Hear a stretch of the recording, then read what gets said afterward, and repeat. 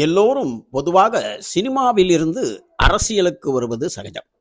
ஆனால் அரசியலிருந்து சினிமாவுக்கு வருவது மிக அரிது.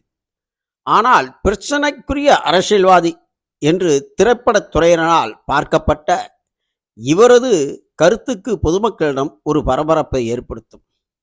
இந்த வகையில் யாரும் எதிர்பாராத வகையில் தமிழ் திரைப்படங்களை கடுமையாக விமர்சனம் செய்யும் பாஜகவின் தேசிய குழுவில் பதவியில் இருக்கும் ராஜா திரைப்படத்தில் நடிக்கிறார்.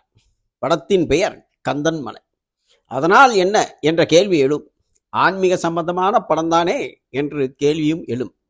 இது அறுபடை வீடுகளில் கொண்ட முருகப்பெருமானின் கோயிலின் கதை. இது தற்பொழுது பிரச்சனைக்குரிய திருப்பரங்குன்றம் பற்றிய கதையா என்ற கேள்வியும் எழுந்துள்ளது.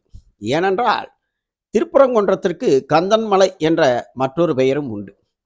இப்படிப்பட்ட கதையில் ராஜா ஃபர்ஸ்ட் லுக் போஸ்டரில் ராஜா கூட்டமாக கோயிலுக்கு நுழைவது போல் ஒரு காட்சி வெளியிடப்பட்டுள்ளது. கதைக்களம் இப்படித்தான் இருக்கும் என்று யூகித்தாலும் படம் வந்த பிறகே என்னவென்று தெரிய வரும்.